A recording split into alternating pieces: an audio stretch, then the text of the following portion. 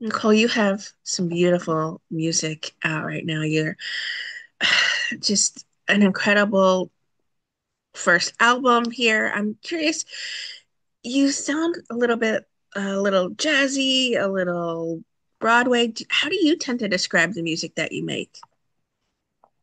Well, I started calling it modern songbook, which is That's perfect. um a- right, like a mixture of the of honoring the tradition of Great American Songbook and jazz and Black American music, but also, mixing in all the other genres that have inspired me through my whole life: blues, pop, R&B, musical theater, um, folk, the whole nine yards. And so I call it modern songbook. Modern songbook because it encompasses all of the genres, but mostly focuses on the art of songcraft and the songwriter. Who are some of those artists then that influenced you when you were growing up? Let's see, everyone from Carole King to Stevie Wonder to Led Zeppelin to Bill Evans and the Gershwins, Andrew Lloyd Webber, Sarah Bareilles, Sarah McLachlan, Billy Joel, Nina Simone. Just to name a few. Yeah, just to name a few.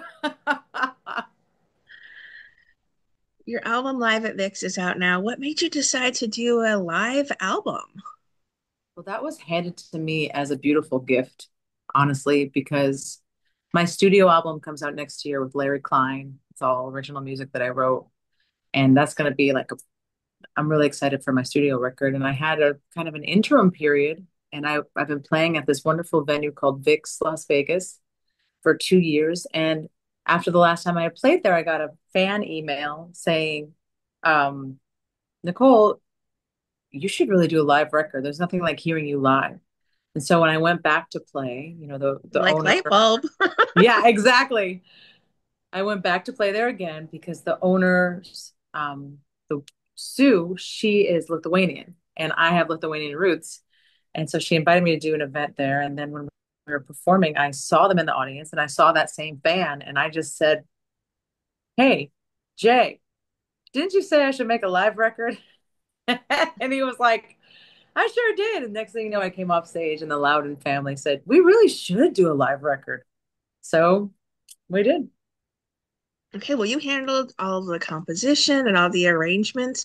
How did you select the songs and pare them down so well and then craft Or them not so tear them down. They're so long. there's just two discs. It's, So yeah, maybe the you 2 hours. didn't 2 hours, maybe that's right. Yeah, well, I wanted to well, I started to, I mean, from a business perspective, How Love Begins is all original music. And then in my shows, I don't only do originals. I like to make sure that it's a eclectic variety. And so um I thought about, what do people ask me for when they get to the merch table at the end? They say, Hey, Okay. do you have the recording of Wichita Lineman? Where's Jolene? Like, how can I find Everything Must Change or the coffee song? And I said, why don't I just put all those kind of like audience favorites on one record? Um, while I separate the artistic drudging, heart on my sleeve art into different records, and just do something for fun. So that's Live at Vix. Certainly, I love Pure Imagination, Jolene.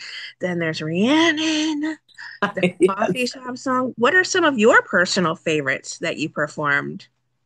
Well, I love um, the ones that you mentioned. I've been doing them for just so long that they always feel new though. That's why I love jazz. Chose all those songs. My favorite ones, I mean, I'm kind of partial to the one song. There's a couple songs I wrote on there, and there's a song I wrote called All Stars Lead to You, which is about narcissistic musicians. It was really fun to have, Tom Scott, Keon Harold, and Rachel Eckroth like shredding on that song. It's 11 minutes long, and I'm excited about that one just because it's the jazz I've always wanted to write. What is your songwriting process? Do you need to have music before you can start figuring out the lyrics, or does it work differently for you because it is a jazz version of the song? Well, for the arranging, when I arrange something, so I always focus on what the melody is. I try not to change the melody when I'm arranging a song like Rhiannon or Wichita Lineman.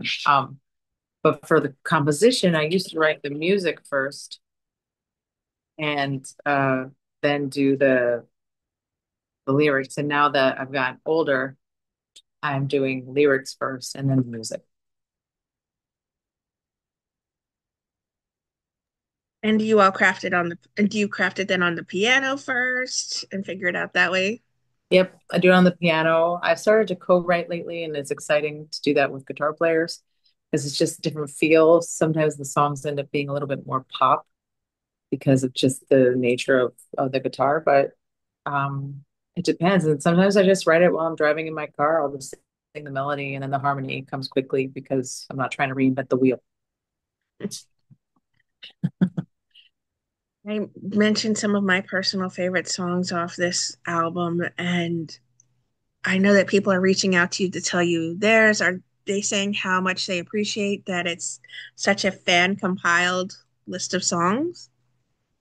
I'm so glad that you said that. I hope so. When we get the physical CD, I will be curious to see what that looks like for me, when I'm touring around the world. If that really does, people, it's hard for musicians to have, sources of income with streaming, et cetera. And so, Or and to make a CD almost feels silly, but I noticed that people still buy CDs in Europe and the USA, even if they don't have a CD player, because it's a moment.